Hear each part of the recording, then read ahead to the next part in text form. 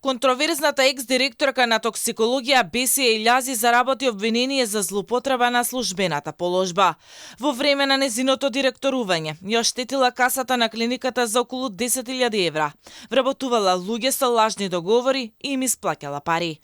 Истрагата на основното јавно обвинителство покажала дека Илјази во период од неколку месеци склучила договори за дело со 17 лица, меѓу кои со луѓе кои не работеле на клиниката. Потоа, ретроактивно, издавала платни налози и им исплаќала месечен надомест за наводно извршени работни задачи. Вкупната штета за клиниката се проценува на над 650.000 динари.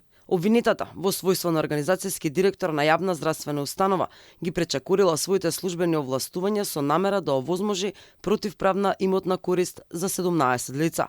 Во мај годинава склучувала договори за дело со лицата за нивно работно ангажирање на клиниката, пошто издавала платни налози со кои им исплаќала месечен надомест за нивен претходен наводен работен ангажман. Дека Илјази не работела законски покажа и контролите на Државниот санитарен и здравствен инспекторат, кои укажаа дека лица на кои им завршиле договорите не смеат да одат на работа, но и дека нивен повторен ангажман не може со подпис само на еден менаџер. Тоа не беше пречка за екс-организацијскиот директор да им подпише договори меѓу кои на болничар кој сакал урина со наркотици да биде заменета со чист примерок и да фалсификува токсиколошки резултат. И покрај овие скандалозни наоди против незиното работење, екс-министерот за здравство Илир Демири не ја разреши Илјази. Скандалот на клиниката за токсикологија изби во март, откако вработените на оваа установа алармираа за проблемите со тогашната економска директорка.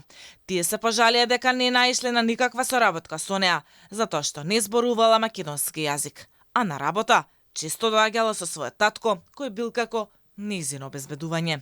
Инаку, новата влада пред само еден месец ги разреши економските директори во јавното здравство. Со законски измени се укина постоењето на организацијските менаџери во здравството. За нивните плати годишно се трошеа повеќе од половина милион евра.